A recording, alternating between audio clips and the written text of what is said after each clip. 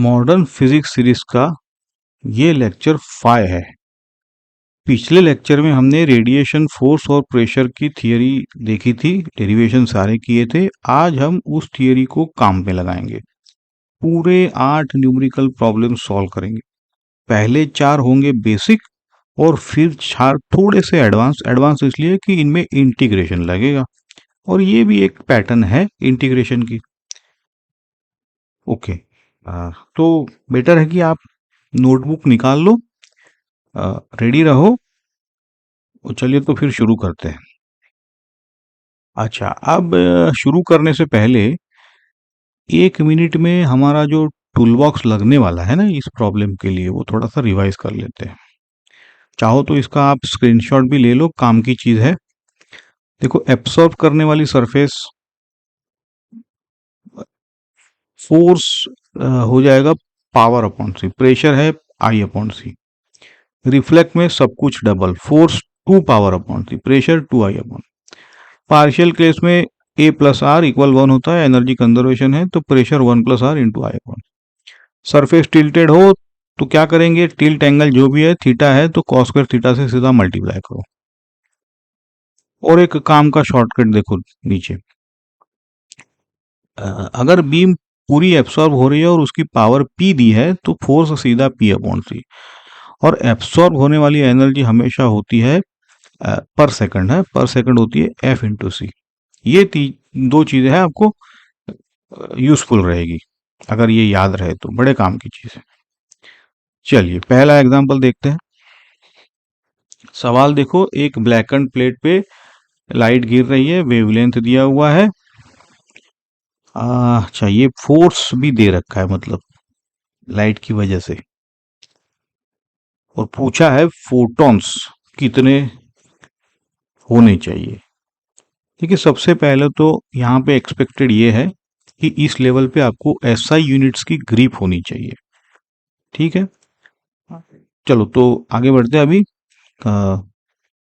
यहाँ पे ब्लैकेंड का मतलब क्या समझते हो आप? ब्लैकेंड का मतलब है कि ब्लैक बॉडी है ये, और ब्लैक बॉडी के लिए क्या होता है, ए जो होता है वो 1 होता है, पूरा एब्सॉर्ब हो जाता है। तो फोटोन का पूरा मोमेंटम क्या है, एच अपॉन लेमड़ा प्लेट को मिल जाता है। तो फोर्स क्या होगा, N into H upon lambda, है ना, जिससे एन आप निकाल सकते हो क्योंकि एफ दिया हुआ है।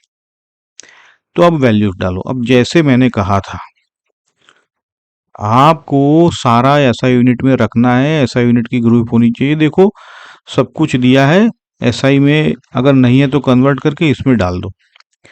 और यहाँ पे तो अच्छी बात है कि देखो 6.62 ऊपर नीचे कैंसिल भी हो रहा है ना। कई बार ये कैंसिलेशन के लिए चीजें ऐसी दी जाती है।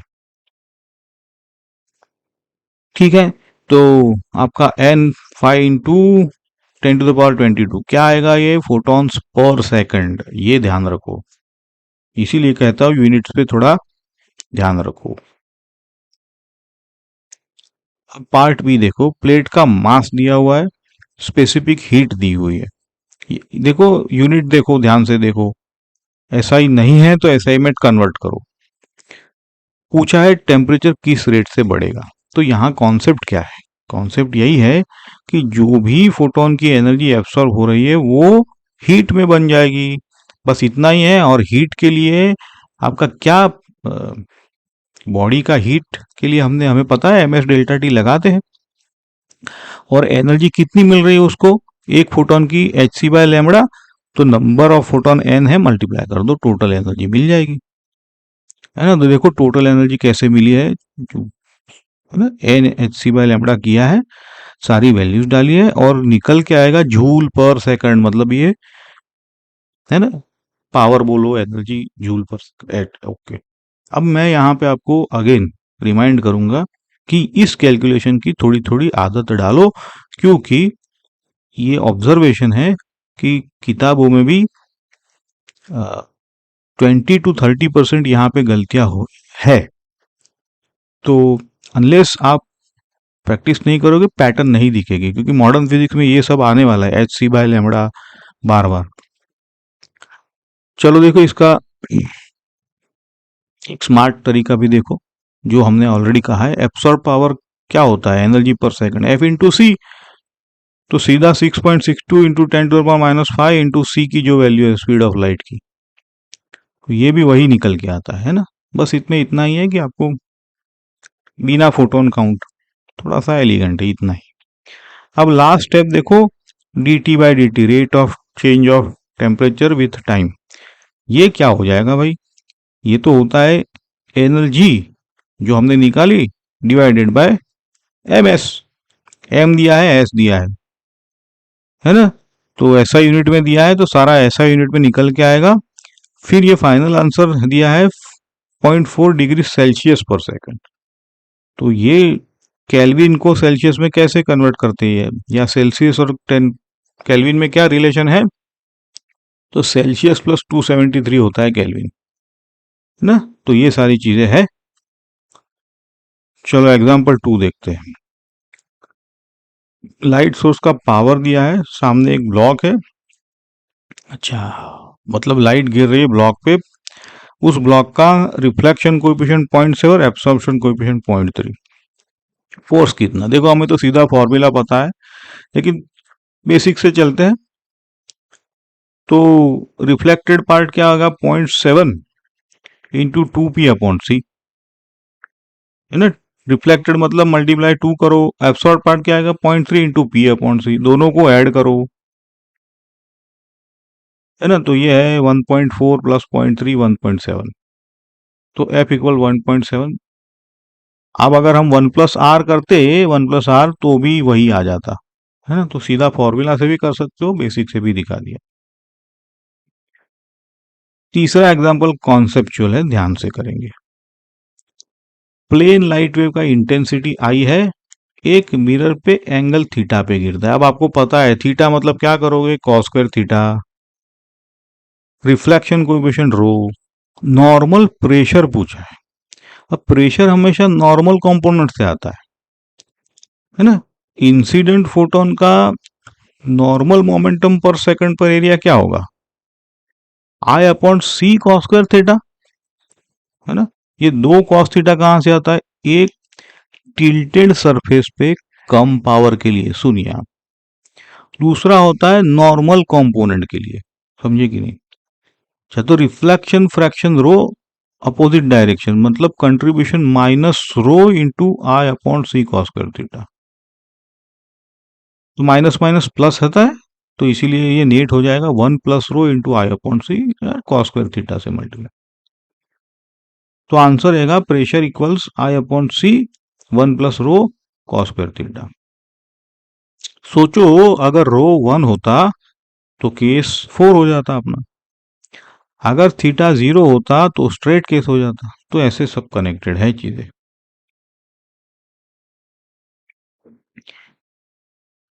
अब देखिए ये चौथा एग्जांपल है।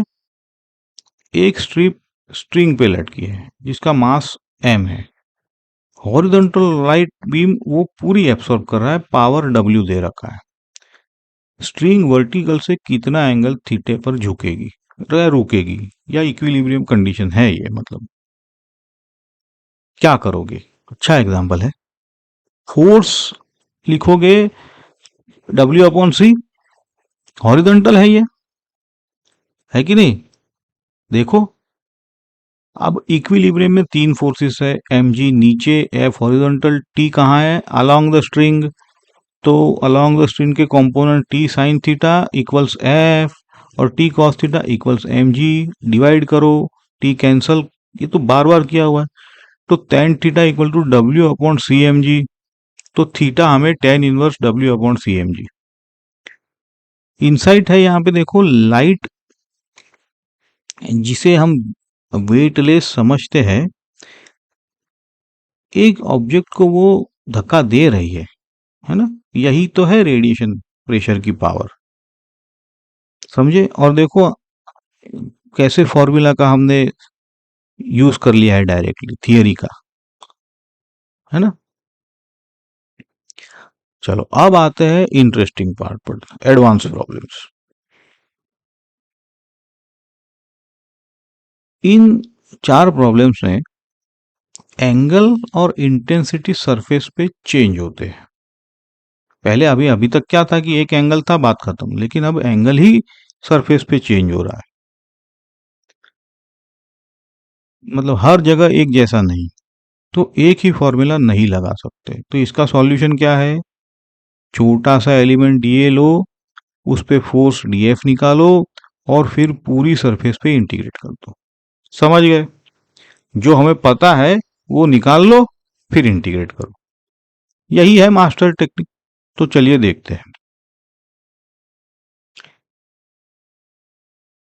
एग्जाम्पल 5 देखो।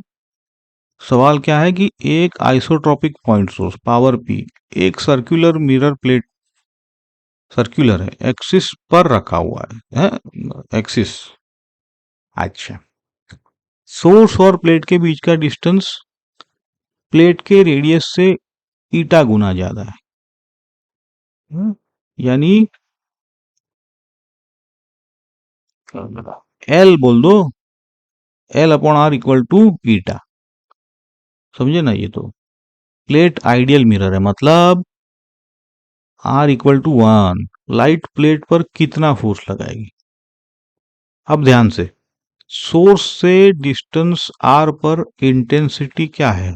यहाँ पे P अपॉन 4πr² होगा कि नहीं? ये तो हमें पता है, ठीक है, क्योंकि आर रेडियस है, तो आर रेडियस पे, क्योंकि आइसोट्रॉपिक सोर्स हर तरफ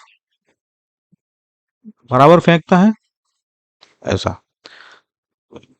चलो फिर मिरर पे एक रिंग एलिमेंट लो, रेडियस y पे, है ना? देखो इसके दोनों व्यू दिखाए हुए हैं। तो सर्कुलर व्यू में आप रेडियस y पे विड्थ dy देख लो डायग्राम में। इसका, अब ये जो ग्रीन स्ट्रिप है, इसका एरिया डीए किस कैसे निकालेंगे? 2πy/dy होगा। अच्छा, तो परफेक्ट मिरर है, तो इस पे फोर्स क्या लगेगा? dF equals 2I/c। अच्छा, अब ये तो एंगल थीटा पे है, ये है कि नहीं? तो cos square theta into D हो जाएगा। ये cos स्क्वायर थीटा हमारे ऑब्लिक रिफ्लेक्शन वाले का रिजल्ट है, देखो, है कि नहीं? उस स्ट्रिप पे जो एरो देखो थीटा पे है, डायग्राम देखो। अब देखो ज्योमेट्री, अगेन फिगर में y क्या हो जाएगा? L tan थीटा, डिफरेंशिएट करो, dy equals L sec square theta d theta.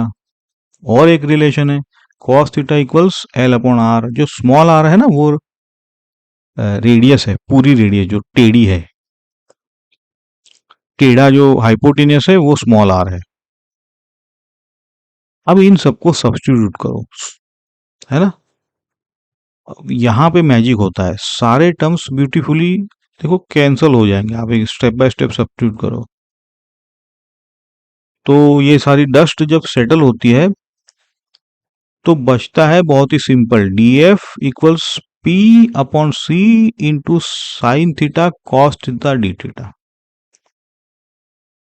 अब साइन थीटा कॉस थीटा का इंटीग्रेशन इतना डिफिकल्ट भी नहीं है। साइन थीटा को अगर टी मान लो तो कॉस थीटा डी थीटा हो जाएगा D T. Method of substitution से इंटीग्रेट करो। अब थीटा 0 से थीटा नॉट, मतलब जो पूरी हाइट तक पूरा जो मिरर है,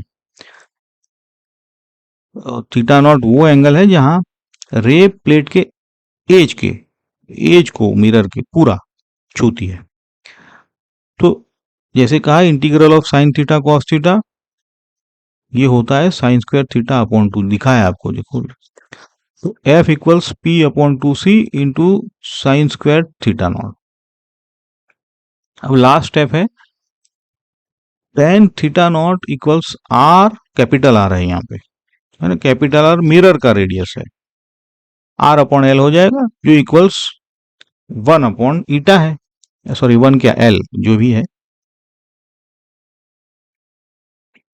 थोड़ा ट्रिग्नोमेट्री से sign square theta nought equals आपका आएगा L upon L plus eta square.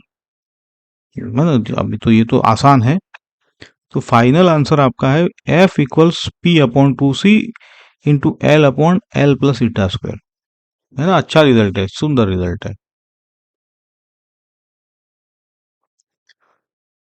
अब और एक एलिगेंट प्रॉब्लम है। एक पॉइंट सोर्स को एक हेमिस्फीयर के सेंटर ऑफ कर्वेचर पे रख दिया है। देखो जैसे रेडियस स्मॉल आर है और अंदर की सरफेस पूरी रिफ्लेक्टिंग है, सोर्स का पावर डब्ल्यू है। तो हेमिस्फीयर पर फोर्स कितना, पहले इंटेंसिटी निकाल लो। सरफेस पर हर जगह यूनिफॉर्म होगी क्योंकि एक ही रेडियस है, तो आई आपका हो जाएगा डब्ल्यू अपॉन 4πr²। ठीक है, ये तो क्लियर है।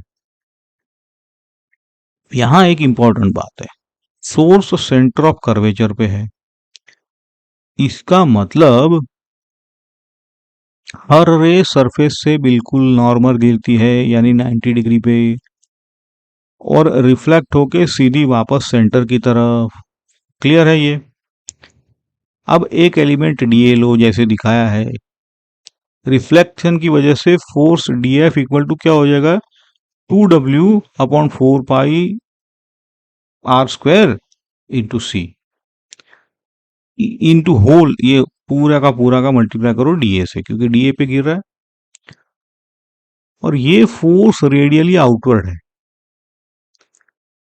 हर जगह अलग डायरेक्शन में लेकिन परपेंडिकुलर टू द सरफेस।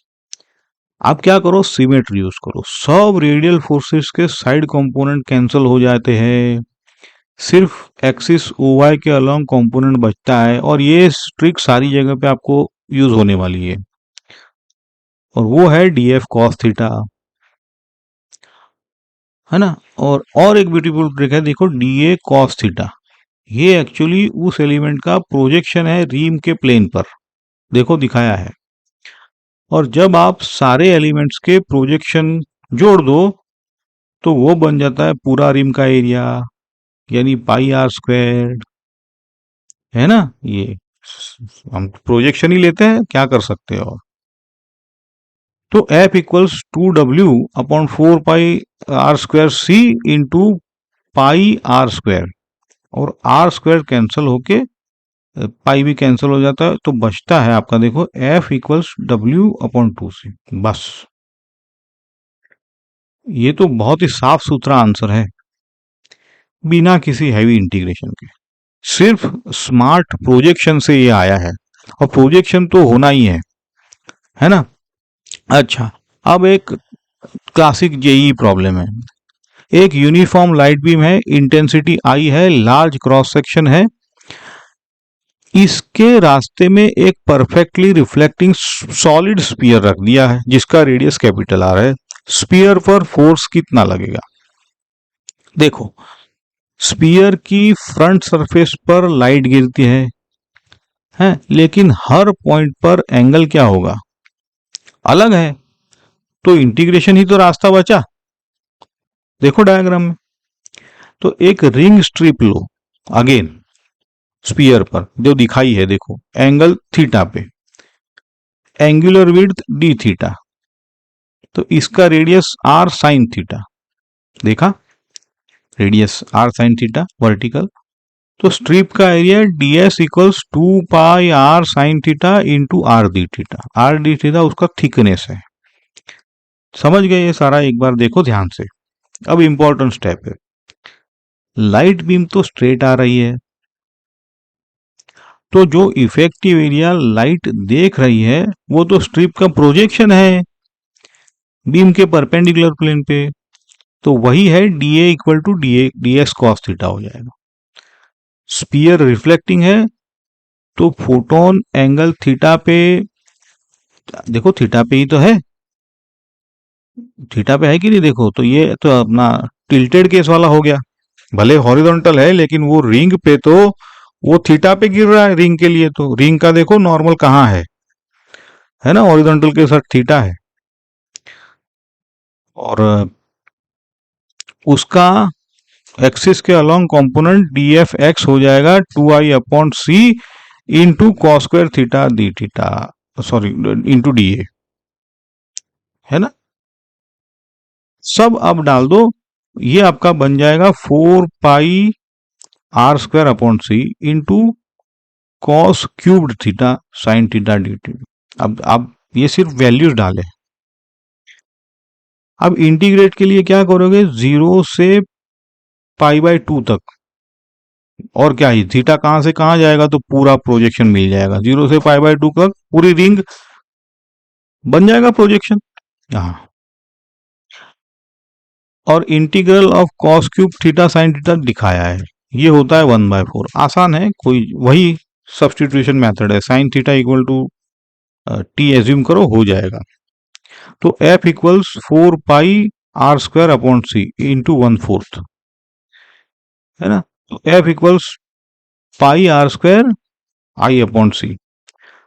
और अब यहां एक आपको माइंड ब्लोइंग इंसाइट है। ये आंसर बिल्कुल वही है जैसे एक एब्सॉर्बिंग डिस्क हो जिसका रेडियस r है, कैपिटल R, और एरिया है πr²। रिफ्लेक्टिंग स्फीयर होने के बावजूद फैक्टर ऑफ 2 नहीं आया, क्यों बताओ? क्योंकि कर्व्ड ज्योमेट्री पर रिफ्लेक्शन के साइड कंपोनेंट्स कैंसल हो जाते हैं, है ना। ये वाला इनसाइड एग्जाम में बहुत पूछा जाता है, याद रखना। जो है ना प्रोजेक्शन हम लो तो, और ये जो कर्व सरफेस पे कैंसल कैसे होता है, देखो ये सारी चीजें हैं। चलो अब आखिरी एग्जांपल लेते हैं, मजेदार है ये। जैसे हमने मैकेनिक्स प्लस लाइट प्रॉब्लम पहले भी दिखा था, ऐसा ही है ये। टॉय ट्रक है, विड्थ डी, पेपर के परपेंडिकुलर, सनरेज एंगल थीटा पे गिर रहा है। देखो डायग्राम, इंटेंसिटी आई, और ट्रक की सारी सरफेस परफेक्टली ब्लैक, ब्लैक मतलब A इक्वल टू 1, एब्सॉर्प्शन पूरा। ट्रक को स्टेशनरी रखने के लिए थ्रेड में टेंशन कितनी चाहिए, फ्रिक्शन को निगलेक्ट करो, है ना। पहले हर सरफेस पे पावर निकालो, ब्लैक है तो सब एब्सॉर्ब, मोमेंटम फाइनली 0। तो देखो केबिन का टॉप एरिया क्या होगा, B इंटू डी, इस पे perpendicular component I cos theta गिरता है, तो power equal to BD I cos theta. चलो अब बेड का टॉप देखो, एरिया है A into D, similarly power equals A into D I cos theta. Cabin की रियर वर्टिकल वॉल देखो जिसका एरिया H इंटू डी, इस पे हॉरिजॉन्टल कंपोनेंट गिरेगा ना, परपेंडिकुलर मतलब, तो I साइन थीटा गिरता है, तो power HD I sine theta. Total power है, सबको ऐड करो, I into D into A cos theta plus B cos theta plus H sine theta. समझे कि नहीं है? फोटॉन्स का मोमेंटम पर सेकंड इक्वल्स होता है P अपॉन सी, और ये मोमेंटम रेस की डायरेक्शन में है, यानी वर्टिकल से थीटा एंगल पर झुकता हुआ। अब बैलेंस करो, vertical component P cos theta ये फ्लोर के नॉर्मल रिएक्शन से बैलेंस हो जाता है, horizontal component P sin theta ये थ्रेड की टेंशन से बैलेंस होगा, तो tension equals P sin theta, तो T equals ID upon C into A cos theta plus B cos theta plus H sin theta into sine theta, है ना। तो ये हो गया हमारा 8वां एग्जाम्पल। चलिए अब सब कुछ समराइज करते हैं। ये 3 एडवांस्ड रिजल्ट्स याद रखने के लिए है, स्क्रीनशॉट ले लो। पॉइंट सोर्स और circular mirror P upon 2C into L upon S plus eta square, reflecting hemisphere के सेंटर पर W अपॉन 2C, बीम में reflecting sphere pi r² upon I upon C, ठीक। और गोल्डन इनसाइट देखो, एक reflecting sphere spear जो है एक एब्सॉर्बिंग डिस्क जैसा बिहेव कर रहा है। कर्व ज्योमेट्री रिफ्लेक्शन के डबल इफेक्ट को आधा कर देती है ना, क्योंकि कैंसिल हो जाता है। अच्छा, और पूरा मेथड एक ही रेसिपी में देखो। पहला, सरफेस पहचानो, एब्सॉर्बिंग, रिफ्लेक्टिंग या पार्शियल। दूसरा, फैक्टर लगाओ, 1 absorb, 2 reflect, 1 plus R partial. 3, power दी हो तो सीधा F equals factor into P upon C, समझे। चौथा, टिल्ट हो तो कॉस स्क्वायर थीटा से मल्टीप्लाई करो। पांचवा, ये इंपॉर्टेंट है देखो, सबसे इंपॉर्टेंट, कर्व्ड या एक्सटेंडेड सरफेस हो तो एलिमेंट लो, डीएफ लिखो, एक्शियल कंपोनेंट रखो, क्योंकि देखो बाकी सारे कैंसिल हो ही जाते हैं, और इंटीग्रेट करो। छठा देखो, इक्विलिब्रियम का सवाल हो तो एफ को नॉर्मल फोर्स की तरह बैलेंस करो। सातवां देखो, हीटिंग हो तो absorb power equal to F into C, और वो होता है M S delta T upon d T. ये है ना, इसी में चला जाता है ये एब्सॉर्ब पावर। बस इतना मास्टर कर लो और रेडिएशन प्रेशर का कोई भी सवाल आपको अब नहीं रोक सकता, चाहे जेई एडवांस हो चाहे कुछ भी हो। तो दोस्तों, ये था रेडिएशन प्रेशर का आपका total complete problem set. 8 example, basic से लेके एडवांस तक। थियरी हमने लेक्चर 4 में थी, प्रॉब्लम्स आज हो गए। अगर समझ में आया हो तो लाइक करो, सब्सक्राइब करो, दोस्तों के साथ शेयर करो, कमेंट्स में बता देना कि आपको क्या डिफिकल्ट लगा, क्या अगला अगला टॉपिक है। Keep practising, keep questioning. धन्यवाद।